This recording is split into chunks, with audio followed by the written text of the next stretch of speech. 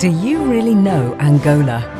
Angola is the 22nd biggest country in the world, 14.5 times bigger than its former colonizer.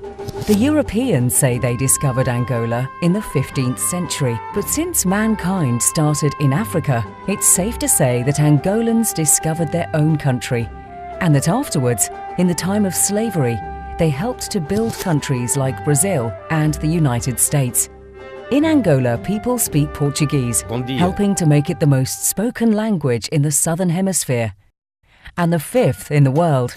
Some of the top Portuguese language writers are Angolan. The first black man to perform in the Eurovision Song Contest was Angolan. The top scorer in Portugal's major football league history is an Angolan. The 2 times Benfica won the Champions League, their captain was an Angolan. The strange thing is, football's not even Angola's favourite sport.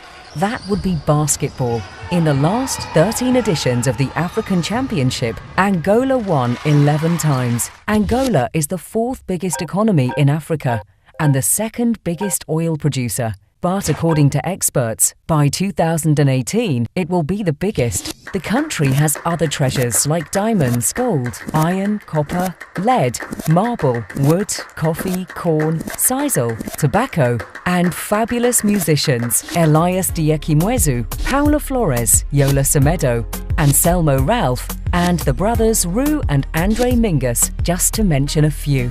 Angola is the homeland of the 3rd hottest music genre in the world and of the 2nd hottest music genre in the world, which would later give birth to the hottest music genre in the world.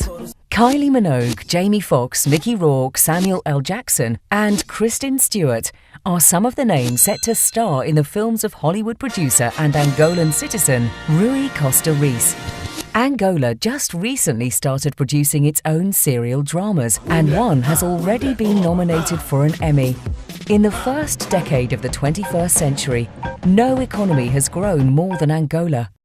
Not even China. Luanda, the capital city of Angola, is said to be the most expensive city on the planet, but it's also one of the most vibrant, with some of the finest restaurants, hotels, shops, nightclubs, and views in Africa. Beyond Luanda, there is countryside with breathtaking landscapes that tourists from all over the world are now just starting to discover. Angolan Lila Lopez was voted the most beautiful woman in the world in 2011. But you see, when we talk about Angolan women, it's tough to say who's the most beautiful. Weather can get hot in Angola, sure, but have you tried the beer? One of the richest women in Africa is Angolan. Oh, and she's pretty too. 36.8% of Angola's national parliament is composed of female MPs, one of the highest rates in the world. Brazil elected their first female president in 2010. The US might have theirs in the next few years. Angola had a queen by the 17th century.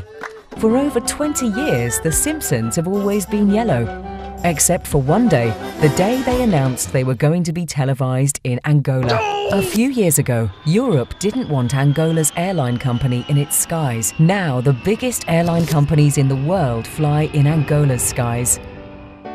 Angola hosted the 2010 Africa Cup of Nations, the 2013 Roller Hockey World Cup, 3 editions of Afrobasket, the Angola Fashion Week, FILDA, the International Fair of Luanda, and it's ready to host a whole lot more of world-class events like the PGA Open Golf 2016. 14 years of war of liberation plus 27 years of civil war delayed Angola's development, of course, but Angolans have jumped stages.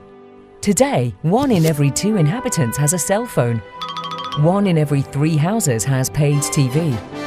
In the next few years, the South Atlantic cable system will be ready, connecting Angola and Brazil by optical fibre. The stock exchange of Luanda will be launched, and the new airport will be unveiled, one of the biggest in Africa, a hub to the whole continent.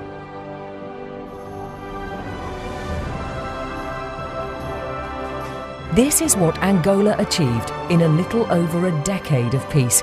Imagine where it might go from here. Proudly, Angola.